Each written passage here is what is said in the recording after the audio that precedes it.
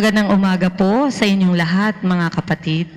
Atin pong ipinagdiriwang ang kapistahan ng banal na mag-anak. Ang mamumuno po sa ating banal na misa ay si Reverend Father Rene Paglinawan, OAR. Magsitayo na po ang lahat.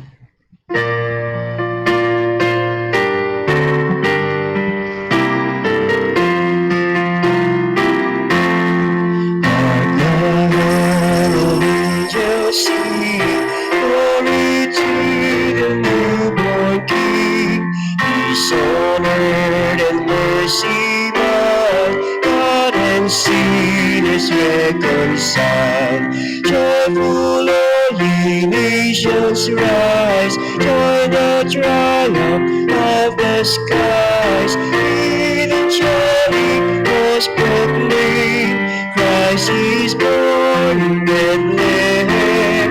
Hark the herald angels sing, glory to the newborn King. Christ by highest heaven honor, Christ the everlasting Lord. Late in time, beholding love, offsprings of a virgin's womb.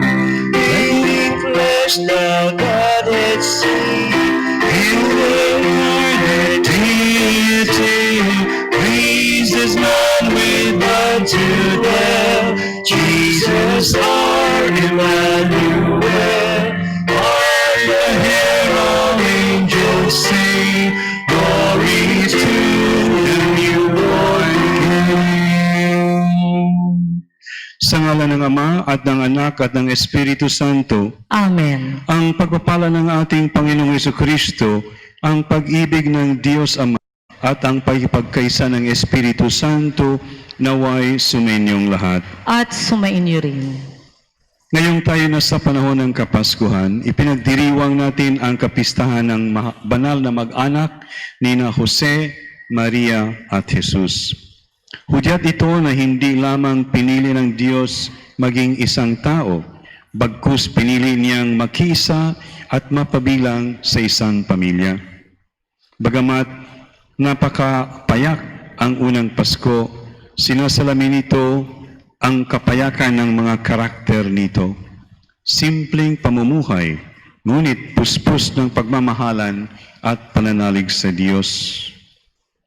Idalangin natin sa misang ito lahat ng pamilya sa buong mundo. Masalamin nawa sa kanilang pamumuhay ang halimbawa ng banal na mag-anak ng Nazaret. Mga kapatid, aminin natin ang ating mga kasalanan upang tayo maging marapat sa pagdiriwang ng banal na paghahaing nagdudulot ng kapatawaran ng may kapal.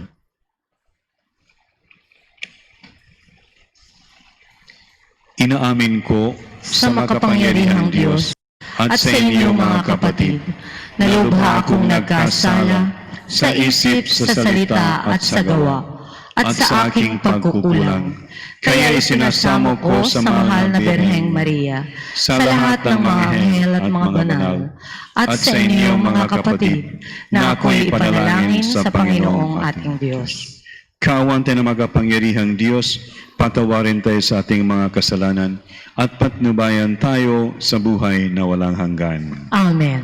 Panginoon, kaawaan mo kami. Panginoon, kaawaan mo kami. Kristo, kaawaan mo kami. Kristo, kaawaan mo kami. Panginoon, kaawaan mo kami. Panginoon, kaawaan mo kami.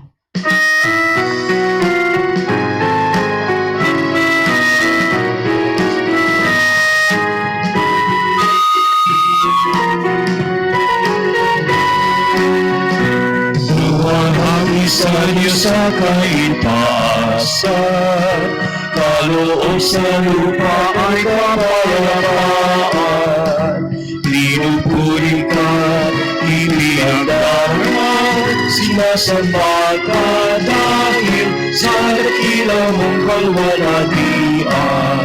Panginoon aming Diyos sa inang langit, amang makapangyarihan. Panginoong Jesucristo, utong na ng Diyos, Kordero ng Ama. Ikaw na naalis sa mga kasalanan ng sanlibutan na. Tanggapin mo ang aming kahilingan. Ikaw na nalulunod sa kanan ng Ama. Maawa ka sa amin. Ikaw lamang ang banal, Panginoon Jesucristo, kasama ng Espiritu, sa luwalhati ng Ama.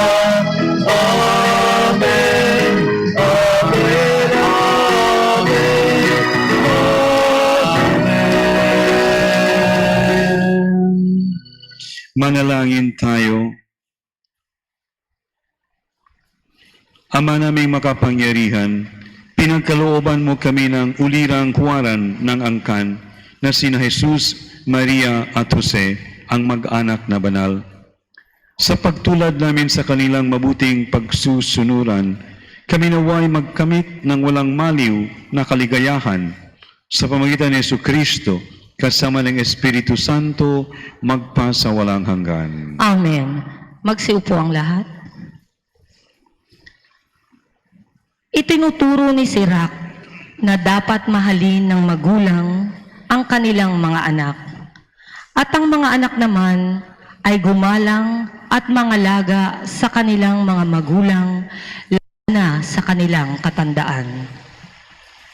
Pagbasa mula sa aklat ni Sirach. Ang mga ama ay binigyan ng Panginoon ng kapangyarihan sa mga anak. At iniutos niya na sundin ng mga anak ang kanilang ina. Ang gumagalang sa kanyang amay, nagbabayad na sa kanyang kasalanan. At ang nagpaparangal sa kanyang inay, parang nag-iimpok ng kayamanan. Ang gumagalang sa kanyang amay, paliligayahin naman ng kanyang mga anak. At ang panalangin niya ay agad diringgin ng Panginoon. Ang nagpaparangal sa kanyang ama at nagdudulot ng kaaliwan sa kanyang ina ay tumatalima sa Panginoon. Pahahabain ng Diyos ang kanyang buhay. Anak, kalingain mo ang iyong ama pag siya'y matanda na. At huwag mo siyang dudulutan ng sama ng loob habang nabubuhay. Pagpaumanhinan mo siya kapag nanlalabo na ang kanyang isip. Huwag mo siyang lalapastanganin ngayong nasa kasibulan ka na ng iyong lakas. Ang paglingap mo sa iyong ama ay di makakalimutan ng Panginoon. Iyan ay magiging kabayaran sa iyong mga kasalanan. Ang salita ng Diyos. Salamat sa Diyos. Mapalad ang sumusunod na taong may takot sa Diyos. Mapalad ang sumusunod na taong may takot sa Diyos. Mapalad ang bawat tao na sa Diyos ay may takot. Ang maalab na adhikay sumunod sa kanyang utos. Hindi siya magkukulang sa anumang kailangan. Ang buhay ay maligaya't uunlad ang kanyang buhay. Mapalad ang sumusunod na taong may takot sa Diyos. Sa tahanan, ang asaway parang ubas na mabunga. Bagong tanim na olibo, sa may dulang ang anak niya. Mapalad ang sumusunod na taong may takot sa Diyos. Ang sinuman kung ang Diyos buong pusong susundin. Buhay niya ay uunlad at laging pagpapalain. Mula sa Siyon, pagpapala nawa ng Diyos ay tangkapin. At makita habang buhay, pag-unlad ng Jerusalem. Mapalad ang sumusunod na taong may takot sa Diyos. Iminumungkahi ni Apostol Pablo na ang tunay na pananampalataya at ang kabanalang Kristiyano ay nasasalamin sa mabubuting gawain, pagpapakumbaba, pagtitiis at pagmamahalan. Pagbasa mula sa sulat ni Apostol San Pablo sa mga taga-Kolosas. Mga kapatid, kayo'y hinirang ng Diyos, itinalaga para sa Kanya at minamahal niya. kaya't dapat kayong maging mahabagin. Maganda ang kalooban, mapagpakumbaba, mabait at matiisin. Magpaumanhinan kayo at magpatawaran kung may hinanakit kayo sa isa't isa. Pinatawad kayo ng Panginoon, kaya't magpatawad din kayo. At higit sa lahat, mag-ibigan kayo, pagkat ito ang buklod ng ganap na pagkakaisa. At paghariin ninyo sa inyong puso ang kapayapaang kaloob ni Kristo. Sapagkat ito ang dahilan kaya kayo tinawag upang maging bahagi ng isang katawan. Magpasalamat kayong lagi. Ang mga salita ni Kristo ay itinanim ninyong mabuti sa inyong isip. Magpaalalahanan kayo at magturuan ng buong kaalaman. Umawit kayo ng mga salmo, mga himno, at mga awiting espiritual na may pagpapasalamat sa Diyos. At anuman ang gagawin ninyo, maging sa salita o sa gawa, gawin ninyo lahat sa pangalan ng Panginoong Hesus. At sa pamamagitan niya'y magpasalamat kayo sa Diyos Ama. Mga babae, pasakop kayo sa inyong asawa, sapagkat iyan ang kalooban ng Panginoon. Mga lalaki, ibigin ninyo ang inyong asawa, at huwag silang pagmamalupitan. Mga anak, sundin ninyong lagi ang inyong mga magulang, sapagkat ikinalulugod iyan ng Panginoon. Mga ama, huwag ninyong kagagalitan ng labis ang inyong mga anak, at baka manghina ang kanilang loob. Ang salita ng Diyos. Salamat sa Diyos. Magsitayo na ang lahat.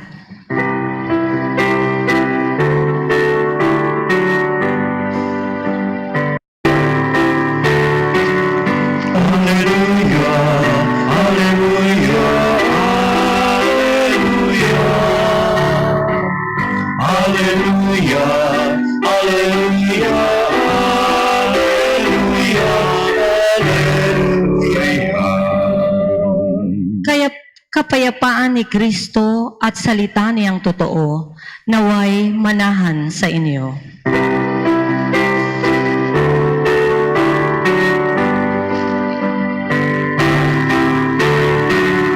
Alleluia, alleluia, alleluia, alleluia, alleluia.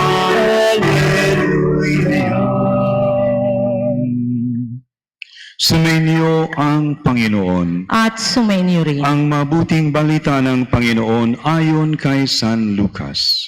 Papuri sa iyo, Panginoon. Nang dumating ang araw ng paglilinis sa kanila ayon sa kautusan ni Moises, dinala si Jesus ng kanyang mga magulang sa Jerusalem upang iharap sa Panginoon, sapagkat ayon sa kautusan, ang bawat panganay na lalaki ay nakatalaga sa Panginoon. At naghandog sila ayon sa hinihingi ng kautusan ng Panginoon, mag-asawang batu-batu o dalawang inakay na kalapati. May isang tao noon sa Jerusalem, ang pangalay Simeon. Matapat at malapit sa Diyos ang lalaking ito at naghihintay sa katubusan ng Israel.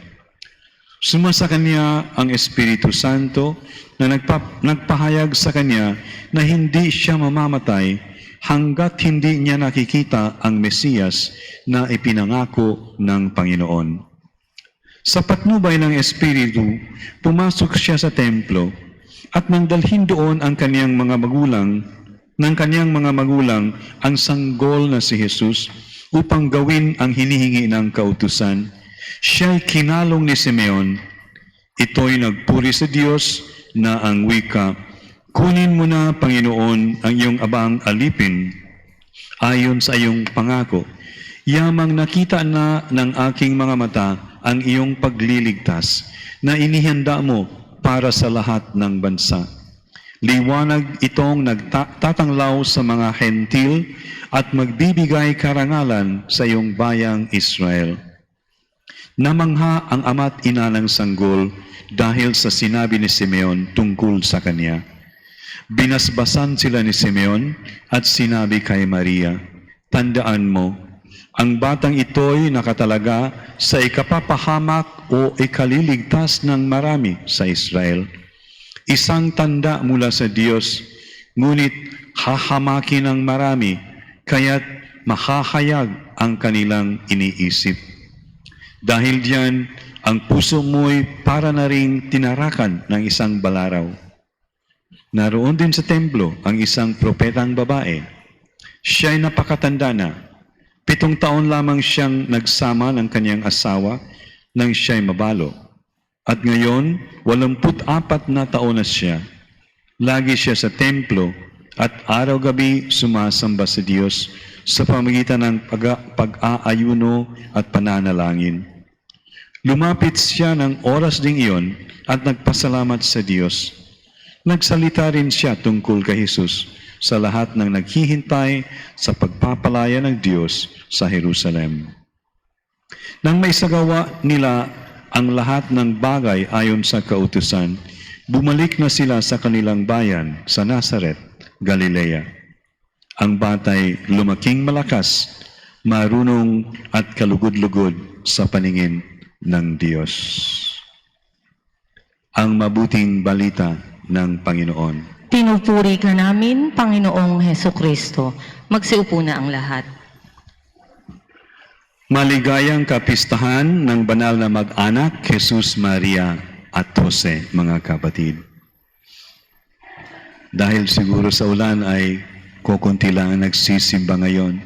Pero sana naman, yung maraming mga tao na nagsimba sa simbang gabi, nagsimba sa Pasko, ay ganoon din karami ang magsisimba bawat linggo. Para bagang sinamahan natin si Maria at Jose patungong Belen, doon kung saan doon nasilang si Jesus. Nasilang na si Jesus, dami-dami natin, pagkatapos pinababayaan na lang natin. No? Sana nga, importante kasi ang linggo sa atin. No? Ang simbang gabi ay hindi obligasyon. Debosyon lang yan. Pero mahirap pag marami ang nagdedebosyon, ngunit kukunti lang ang gumagawa ng kanilang obligasyon. Ang pagsimba sa linggo ay obligasyon. Ang pagsimba sa simbang gabi ay debosyon lamang. At ito na nga ang mahalaga, linggo ng banal na mag-anak na si Jesus, Maria at Jose. Isipin po natin mga kapatid, galing sa Nazaret hanggang sa Jerusalem at malapit lang daw sa Jerusalem ang Belen. Naglakbay si Maria nung siya ay buntis. Sinamahan natin sa simbang gabi at nasilang si Jesus. Ngayon, naghintay sila ng mga ilang araw siguro sa Jerusalem pagdating ng araw ng paglilinis kay Maria, sapagkat ang pagbibigay silang ng isang sanggol ay kailangang linisin pagkatapos ng ilang mga araw. Saka pa lamang sila bumalik sa Nazaret. Isipin po natin, ano ba ang distansya ng Nazaret hanggang Jerusalem? Para daw galing Manila hanggang Batangas City. Na ngayon ay magagawa natin ng 2 hours pag nagdaraan tayo sa Star Star Highway. Noong siguro mga 3 hours yon o mahigit. Ngayon, pwede ng 2 hours. Pero isipin natin, noong kapanahon ng iyon, wala pang magandang mga daan. Of course, wala pang mga sasakyan. Siguro, kung may pera sila, nakabili sila ng asno o sumabay sila sa isang karabana. Kung gagawa sila ng Kasi ang Batangas ay 106 kilometers away, ang Jerusalem 104 kilometers. Kaya parang magkalayo lang ang Manila, Batangas City at Nazareth, Jerusalem. Ganoon lang sila magkalayo. Kung isang pamilya ay gagawa ng 20 kilometers a day, no? Malayo na yon nung panahong iyon. That would be mga 5 days. 5 days to 6 days. Kung isipin natin, sanggol, kasi silang lamang, pabalik. Hindi siguro 5 days, hindi siguro 1 week, siguro matagal. Kasi maghanap ka pa ng pera, maghanap ka pa ng panunuluyan. Pero ito ang pagtitiis. Pero mga kapatid, sa paglalakbay ng isang pamilya, naging buo. Di po ba? Pag tayo ay kasabay sa paglalakbay, merong bonds, merong mga tali, merong mga hugot, merong mga sharing, merong nagagawang bonding ng family sapagkat sabay-sabay na nararanasan ang kahirapan, ang kaligayahan, ang katahimikan, ang lahat ng mga bagay samantalang nagbabiyaheng sabay-sabay. So ngayon, sa araw ng banal na mag-anak, ano po ang ating pagninilay? Dalawang bagay ang sasabihin ko po, kapatid. Unang-una, ang mag-anak ay kinukumpone ng mga tao. Nananampalataya man o hindi, ang miyembro ng mga pamilya ay mga tao. So ang unang katangian na kailangan para sa isang mag-anak, Kristiyano ka man o hindi, Muslim ka man o ateo na hindi naniniwala, walang paniniwala, upang maging maganda ang iyong pamilya, ang unang katangian ay kailangan kang maging tao. Tao. Tao.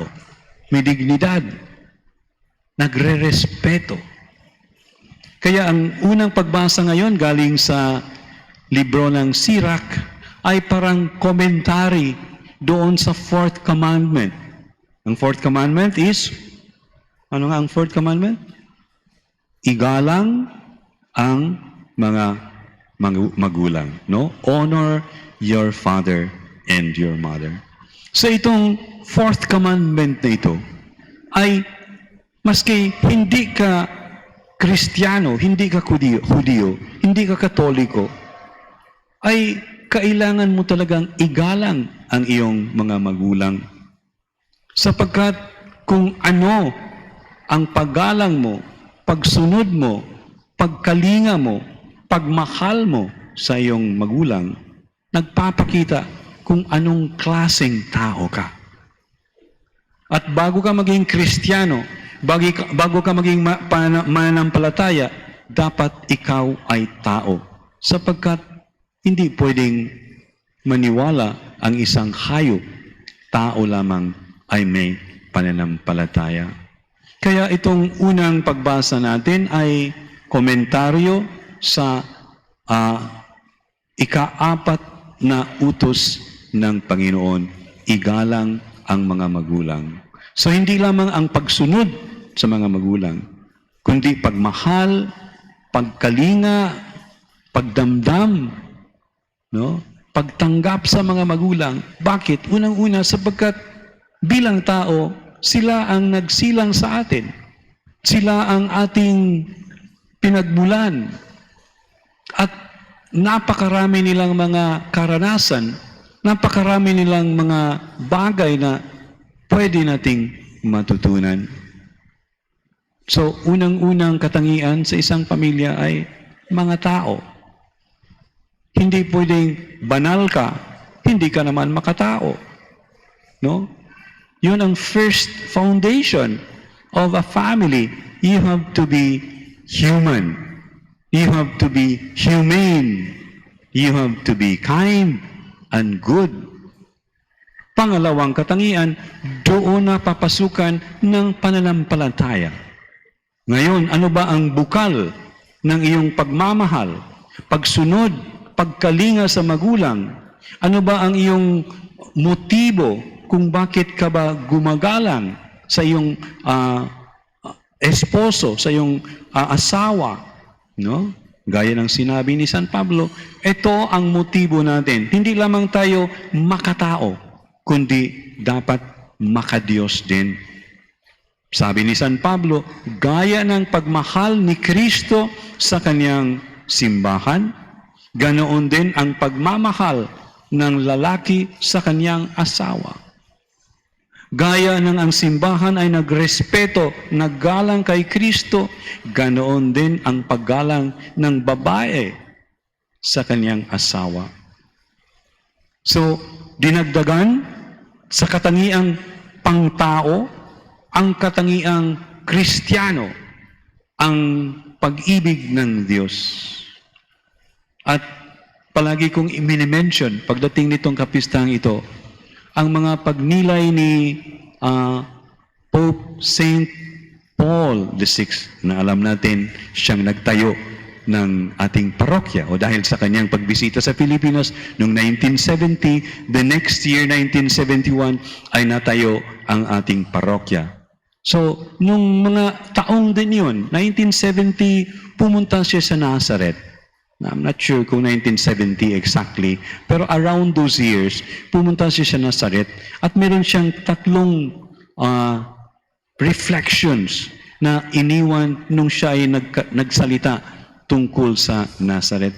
Sabi niya, ang pangaral para sa atin ng banal na mag-anak ay tatlong bagay. Unang-una, ang katahimikan. Pangalawa, ang pagmamahalan. At pangatlo ay ang trabaho. Katahimikan. Isipin natin mga kapatid, bakit kailangan ang katahimikan? Kailangan ang katahimikan sapagkat sa katahimikan natin naririnig ang boses ng Diyos. Sa katahimikan natin nakikita ang ating tunay na mga pangailangan. At kailangan natin si Kristo. Sa katahimikan, nagkaroon ng kaayusan ang ating buhay. Kung ihahambing natin, iko-contrast natin sa ating paligid, ang ingay, ang ating mga kapitbahay, mismong ating bahay, siguro ang daming ingay. Walang physical silence, kundi puro ingay. Merong nagkagalit, merong nagbibidyoke, merong nagsisigawan, merong nag-aalitan sa ating kapitbahay o sa ating loob ng ating bahay. At hindi tayo nagkakaroon ng katahimikan. Sabi ni Pope Paul VI, kailangan natin ng katahimikan sapagkat kailangan nating magnilay, magdasal. Mga kapatid, kayo nang bahala sa inyong mga tahanan, maghanap ng panahon ng katahimikan. Lalong-lalo na bago matulog, sana naman, huwag tayong matulog na naka-on pa rin ang TV, naka-on pa rin ang ating computer, at ayun, sana naman, bago talaga pumikit ang mata, mayroong konting silensyo, mayroong konting katahimikan. Pangalawang sinabi ni Pope Paul VI doon sa Nazareth ay ang pagmamahalan ng pamilya. Pag nagmamahalan ang pamilya, ay ito ay nagsasalamin sa pagmamahal ng Diyos. Payak, simple, walang masyadong komplikasyon ang buhay pamilya ni Maria, Jose at Jesus. Ngunit andoon ang pagmamahalan. At yun ang unang paaralan ni Jesus. Si Jesus, sinabi ng ating ebanghelyo ngayon, ay umuwi kasama ang kanyang mga magulang at doon siya ay lumaki, naging malakas, naging marunong at naging kalugod-lugod sa mata ng Diyos at sa mata ng tao. Saan nakuha ni Jesus iyon? Nakuha niya sa kanyang pamilya. Alam po natin ito, masyadong alam po natin, pag ang isang bata ay lumalaki sa isang pamilyang nagmamahal, kusa na lang niyang ma-absorb yung value na yon, maging mapagmahal itong batang ito. Pag ang bata ay lumaki sa isang pamilya na may dangal at nagre-respeto, gumagalang sa kapwa membro ng pamilya, ito rin ay ma-absorb ng bata. Alam po natin na hindi sa ating sinasabi, kundi sa ating ginagawa, lalong-lalo ang nagiging huwaran ng mga bata. Kung meron man tayong sinabi, pero ang ating gawain ay contradictory sa ating ginagawa, ay wala ring mangyayari sa mga bata. Susundin nila ang kanilang nakikita at hindi lamang ang kanilang naririnig. Pangatlong pangangaral, sabi ni San Pablo VI, tungkol sa pamilya sa Nazaret ay ang dignidad ng trabaho. Si Jose ay karpintero, hindi mayaman, no? Gumagamit ng kanyang mga kamay upang mabigyan ng buhay, pagkain ang kanyang pamilya. Si Jesus ay tinaguriang anak ng karpintero. Ang trabaho ay hindi lamang pamaraan upang magkaroon ng profit, ng ganansya, kundi ang trabaho ay kasama sa dignidad ng tao. Ang trabaho ay may dignidad sapagkat ito ay ginagawa ng tao na may dignidad. So itinuro sa atin ng Panginoon na maski anong trabaho, basta marangal ang puso, maganda ang motibo, ito ay kalugod-lugod sa Diyos. Mga kapatid, sa kapistahan ng banal na pamilya, unang-una, kailangan nating maging tao, maging makatao. Pangalawa, upang maging banal, kailangan natin ng katahimikan, kailangan natin ng pagmamahalan, at kailangan natin ang magtrabaho sapagkat ito ay kalooban ng Diyos. Magsitayo na po ang lahat. Ipahayag natin ang pananampalataya. Sumasampalataya ako sa Diyos amang makapangyarihan sa lahat, na may gawa ng langit at lupa. Sumasampalataya ako kay Jesucristo, iisang anak ng Diyos, Panginoon nating lahat. Nagkatawang tao siya lalang ng Espiritu Santo, ipinanganak ni Santa Maria Birhen, pinagpakasakit ni Poncio Pilato, ipinako sa krus, namatay, inilibing, nanaog sa kinaroroonan ng mga yumao, na may katlong araw na buhay na muli, umakyat sa langit, naluklok sa kanan ng Diyos amang makapangyarihan sa lahat. Doon magmumulang paririto at huhukom sa nangabubuhay at nangamatay na tao. Sumasampalataya naman ako sa Diyos Espiritu Santo, sa banal na simbahang Katolika, sa kasamahan ng mga banal, sa kapatawaran ng mga kasalanan, sa pagkabuhay na muli ng nangamatay na tao, at sa buhay na walang hanggan. Amen. Manalangin tayo sa Diyos na ating Ama na nagsugo sa Kanyang anak upang tayo'y iligtas. Taglay ang pusong nagpapasalamat, ating itutugon sa bawat panalangin. Panginoon, basbasan mo ang bawat pamilya. Panginoon, basbasan mo ang bawat pamilya. Para sa simbahang Katolika, may pagpatuloy nawa nila ang pagtatanggol sa kasagraduhan ng bawat pamilya. Manalangin tayo. Panginoon, basbasan mo ang bawat pamilya. Para sa bumubuo ng ating pamahalaan, lumikha nawa sila ng mga programa na naglalayong pahalagahan at protektahan ang bawat pamilya. Manalangin tayo. Panginoon, basbasan mo ang bawat pamilya. Para sa mga Kristiyanong pamilyang Pilipino, panatilihin nawa nila ang pagmamahalan at pag-uunawaan na hindi matitibag ng anumang pagsubok sa buhay. Manalangin tayo. Panginoon, basbasan mo ang bawat pamilya.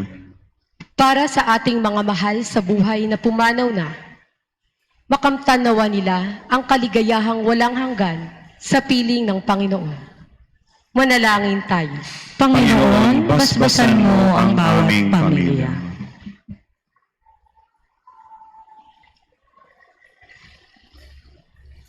Ama, dinggin mo ang aming mga panalangin. Maging banal na pag-aalay nawa ang aming buhay tulad ng banal na pamilya. Inihiling namin ito sa pamagitan ni Kristong aming Panginoon. Amen. Magsiupo po ang lahat.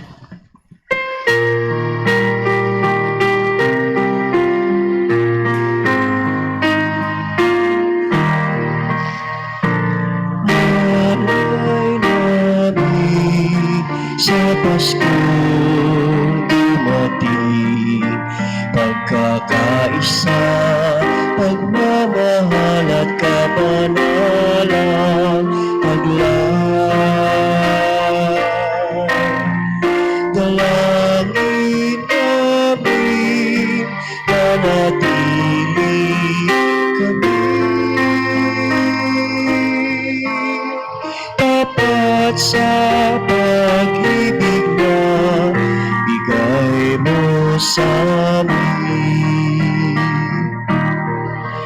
Itong alak at tinapay na bungang alay, halo ng pawis at biyaya ng langit. Sa aming pag-ibig sa kapwa kapatid, hubungan ng buhay na iyong bigay. Magsitayo ang lahat. Manalangin kayo mga kapatid upang ang paghahain natin ay kalugdan ng Diyos, Amang makapangyarihan. Tanggapin nawa ng Panginoon itong paghahain sa iyong mga kamay, sa kapurihan niya at karangalan, sa ating kapakinabangan, at sa buong sambayanan niyang banal. Ama naming lumikha, sa pagganap namin sa hain ng pagkikipagkasundo, kami naway tuwangan ng mahal na Birhen at ni San Jose sa aming pagdalangin para maging matatag ang mga mag-anak sa iyong kagandahang loob at kapayapaan sa pamagitan ni Jesucristo kasama ng Espiritu Santo magpasawalang hanggan. Amen. Sumainyo ang Panginoon. At sumainyo rin. Itaas sa Diyos ang inyong puso at diwa. Itinaas na namin sa Panginoon. Pasalamatan natin ang Panginoong ating Diyos. Marapat na siya'y pasalamatan. Ama naming makapangyarihan, tunay ngang marapat na ikaw ay aming pasalamatan sa pamagitan ni Jesucristo na aming Panginoon. Ang anak mong di naiiba sa amin ay siyang pumawi sa dilim, kaya ngayon ikaw ang aming nababanaagan. Ang anak mong di naiiba sa iyo ay siyang iisang salita mo. Sa katauhan niya ang iyong sarili aming nakikita. Sa pamagitan niya ang iyong pag-ibig ay kahali-halina, kahit ikaw ay lingid sa aming mata. Kaya kaisa ng mga anghel na nagsisiawit ng papuri sa iyo nang walang humpay sa kalangitan, kami nagbubunyi sa iyong kadakilaan.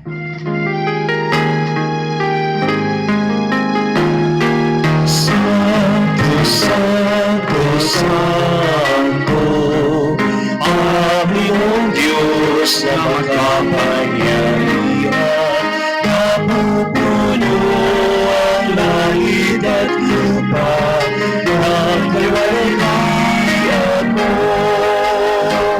Hosana, Hosana sa kaitaasan, Hosana, Hosana sa kaitaasan. pinagpala ang kaparirito sa ngalan ng Panginoon. Hosana, Hosana, sa kaitaasan. Hosana, Hosana, sa kaitaasan. Magsilihod ang lahat. Ama naming banal, ikaw ang bukal ng tanang kabanalan. Kaya't sa magitan ng iyong Espiritu, gawin mong banal ang kaloob na ito, upang para sa amin maging katawan at dugo ng aming Panginoong Jesucristo. Bago niya pinagtiis ang kusang loob na maging handog, hinawakan niya ang tinapay, pinasalamatan kaniya, pinaghati-hati niya iyon, iniabot sa kaniyang mga alagad at sinabi, "Tanggapin ninyong lahat ito at kanin. Ito ang aking katawan na ihandog para sa inyo."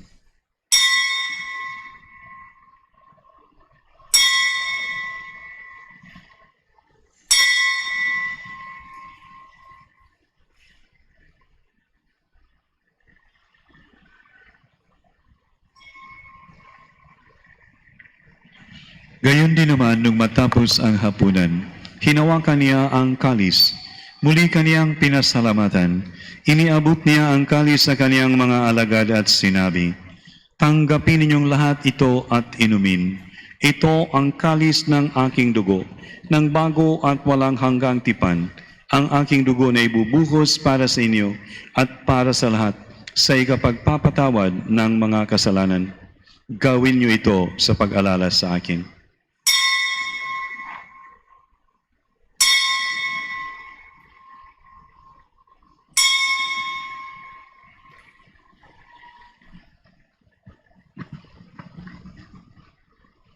Ipagbunyi natin ang misteryo ng pananampalataya.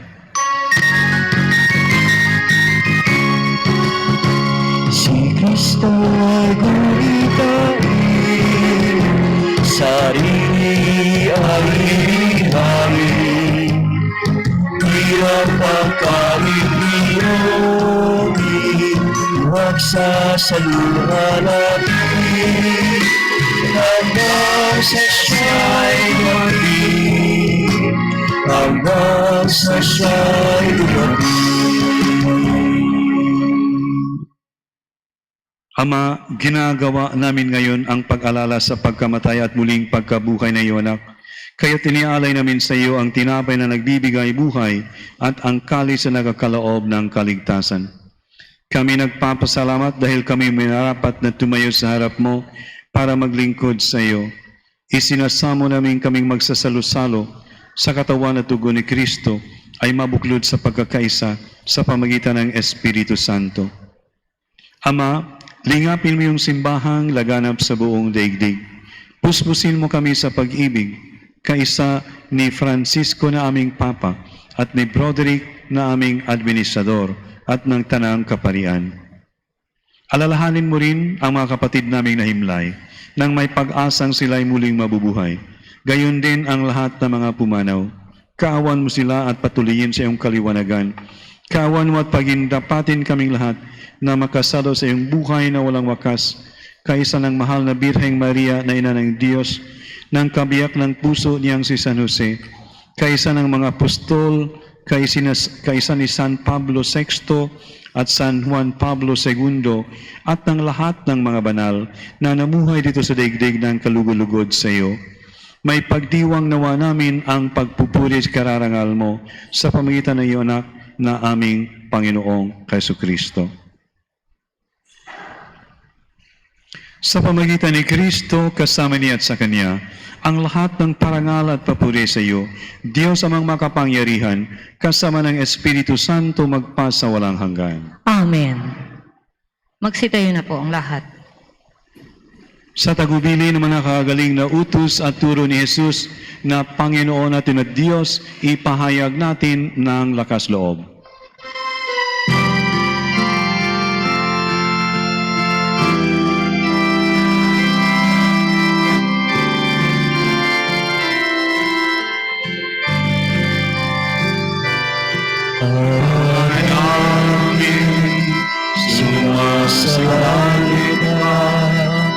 sambahin ang ngalan mo.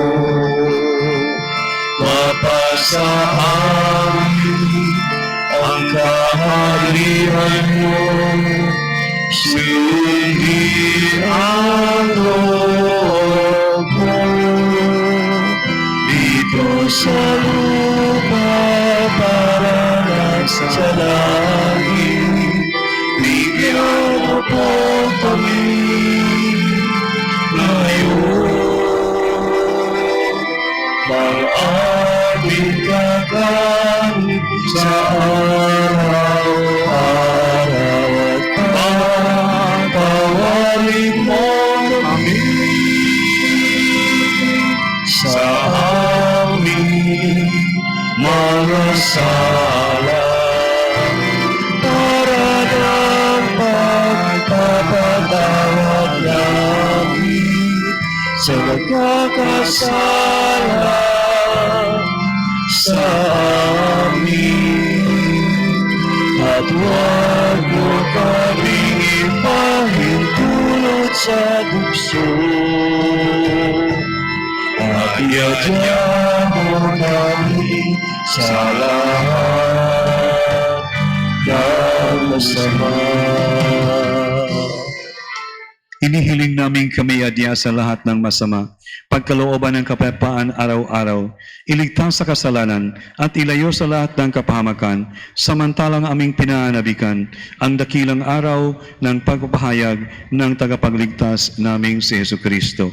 Sapagkat iyo ang kaharian, ang kapangyarihan at ang kapurihan magpakailanman. Amen. Panginoong Jesucristo, sinabi mo sa iyong mga apostol, kapayapaan ang iniwan ko sa inyo, ang aking kapayapaan ang ibinibigay ko sa inyo. Tunghayan mo ang aming pananampalataya at huwag ang aming pagkakasala. Pagkalooban mo kami ng kapayapaan at pagkakaisa, ayon sa iyong kalooban, kasama ng Espiritu Santo, magpasa walang hanggan. Amen. Ang kapayapaan ng Panginoon ay laging sumainyo. At sumainyo rin. Magbigayan kayo ng kapayapaan sa isa't isa.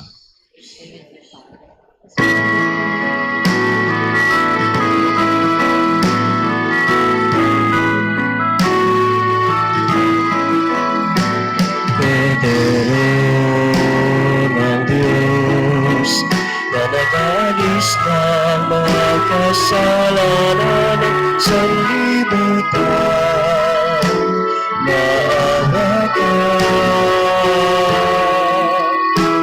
Kordero ng Diyos, na nagalis ng mga kasalanan ng sanlibutan,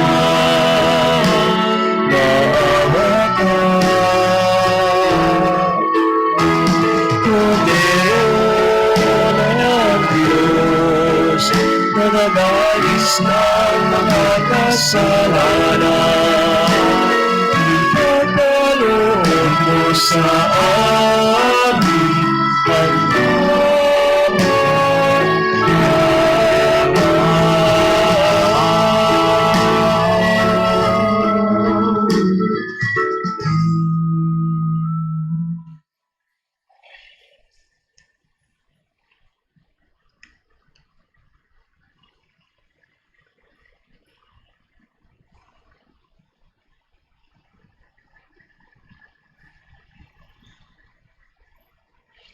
Ito ang kordero ng Diyos, ito ang nag-aalis ng kasalanan ng sanlibutan. Mapalad ang mga tinatawag sa kaniyang piging. Panginoon, hindi ako karapat-dapat na magpatuloy sa iyo. Ngunit sa isang salita mo lamang ay gagaling na ako.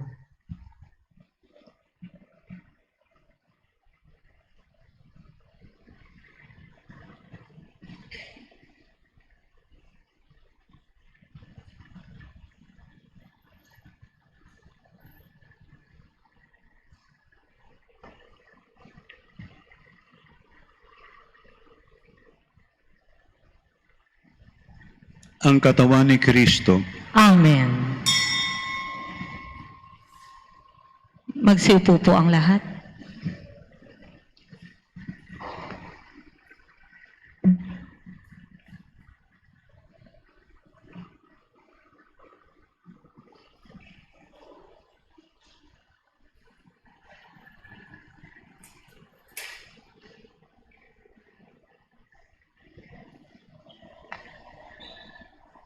Kahit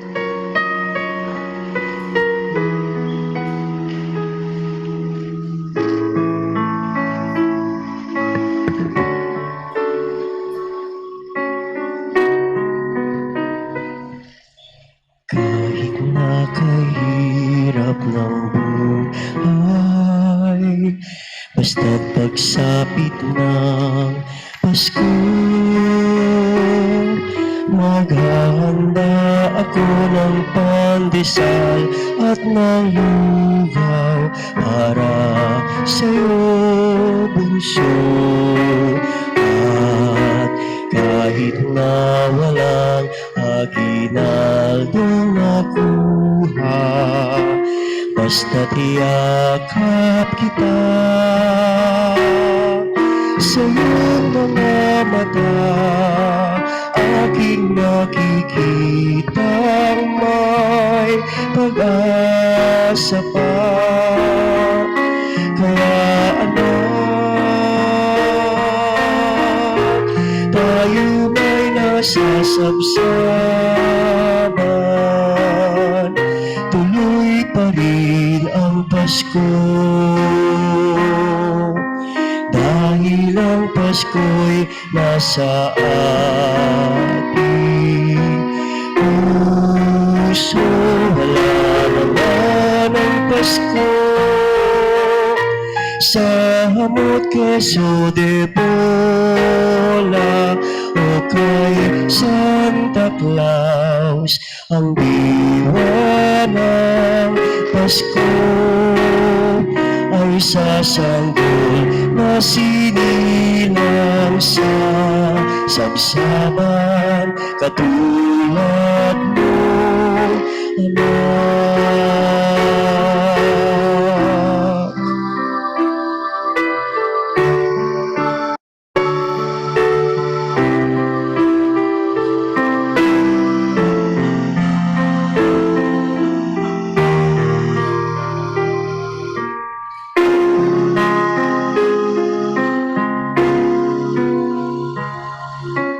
Kahit na walang Christmas tree o kastanyas, basta't kapiling kita.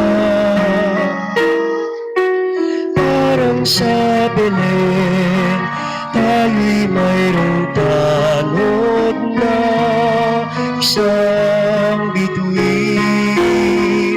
Kaya ngayon, tayo may nasasabsaban, tuloy pa rin ang Pasko. Dahil ang Pasko'y nasa ating puso, wala naman ang Pasko sa hamot Quezon de Bola o kay Santa Claus.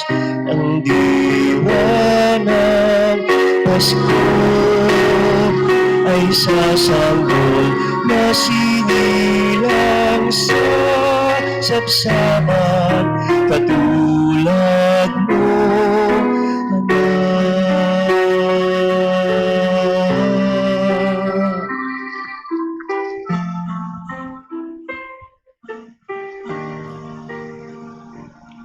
Tumayo na ang lahat. Manalangin tayo.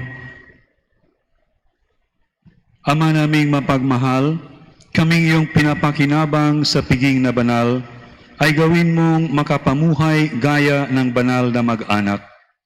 Matapos naming pangatawanan ang aming mga pananagutan sa lupang ibabaw, kami naway makasalo sa kanilang kasiyahan sa kalangitan, sa pamagitan ni Jesucristo, kasama ng Espiritu Santo, magpasawalang hanggan. Amen.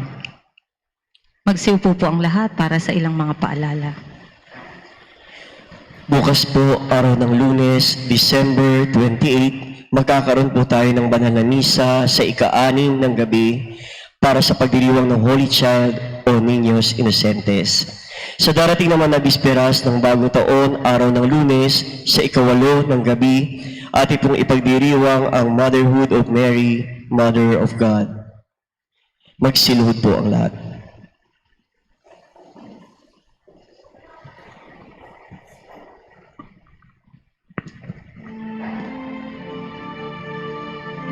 Panalangin ng Our Lady of Peace and Panalangin ng Our Lady of Peace and Good Voyage tungong 2021.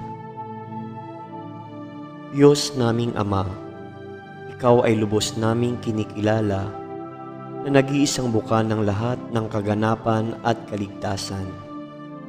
Kami ay nananalangin upang taus-pusong magpasalamat sa ipinagkaloob na liwanag at karunungan alang-alang sa itinatag mong simbahan dito sa Delpan, na isang parokya sa Tondo, Kristiyano at Katoliko. Sa ngalan ng aming bansang Pilipinas, na nagdiriwang ngayon ng 500 na taon ng Kristyanismo, sama-sama naming pangalagaan ng simbahan na ito, kung saan sa liturhiya, kami ay tumatanggap araw-araw ng iyong biyaya at mga banal na sakramento sa loob ng 50 taon. Pagyamanin mo kami sa pananampalataya, pag-asa at pag-ibig ayon sa kalooban mo. Pagbuklurin mo ang mga pamilya namin tungo sa Golden Foundation Anniversary sa 16 ng Marso 2021. Sa tulong at gabay ng mahal naming patrona, Birhen ng Kapayapaan at Mabuting Paglalakbay, kasama ang mga banal na sina San Pablo VI, San Juan Pablo II, San Agustin, San Ezequiel Moreno, San Lorenzo Ruiz, at San Pedro Calungsod, loobin mong kami naway tumugon araw-araw sa iyong paanyaya at panawagan upang kami rin naman ay maging banal. Inihiling namin ang lahat ng ito sa pamamagitan ni Jesucristo kasama ng Espiritu Santo magpa sa walang hanggan. Amen. Aba, Ginoong Maria, napupuno ka ng grasya, ang Panginoong Diyos ay sumasa iyo. Bukod kang pinagpala sa babaeng lahat, at pinagpala naman ng iyong anak na si Jesus. Santa Maria, Ina ng Diyos, ipanalangin mo kaming makasalanan, ngayon at kung kami mamamatay. Amen. Luwalhati sa Ama at sa Anak at sa Espiritu Santo, kapara noong unang-una, ngayon at magpakailanman, at magpasawalang hanggan. Amen. Birhen ng Kapayapaan at Mabuting Paglalakbay, ipanalangin mo kami.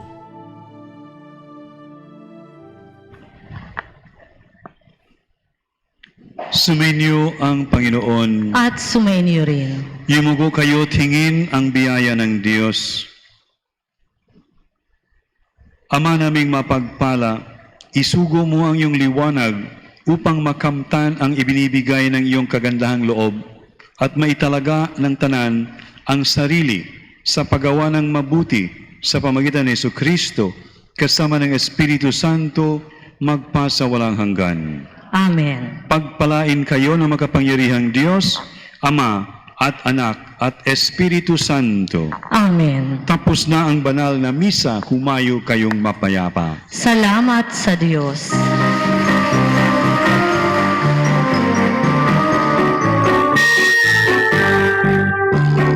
Ang Pasko ay sumapit, tayo ay nagsiamit ng magagandang himig, dahil sa ang Diyos ay pag-ibig. Nang si Kristo'y isilang, may 3 haring nagsidalang, at ang bawat isa ay nagsipagandong ng tanging alay. Bagong taon ay magbagong buhay, dahil lumigaya ang ating bayan. Tayo magsikap upang makamtan natin ang kasaganahan. Tayo'y magsiamit habang ang mundo'y tahimik, ay sumapit ng sanggol na dulot ng langit. Tayo ay magmahalan at isundin ang iyong aral at magbuhat ngayon kahit hindi Pasko ay magtigalan. Bagong taon ay magbagong buhay nang ligaya ang ating tayo'y nagsikap upang makamdam natin ang kasaganahan. Tayo'y nagsiawit habang ang mundo'y tahimik. Ang araw ay sumapit ng sanggol na dulot ng langit. Tayo ay magmahalan at isundin ang iyong aral at mabuhat ngayon kahit hindi Pasko ay magbigayan. At mabuhat ngayon kahit hindi Pasko ay magbigayan.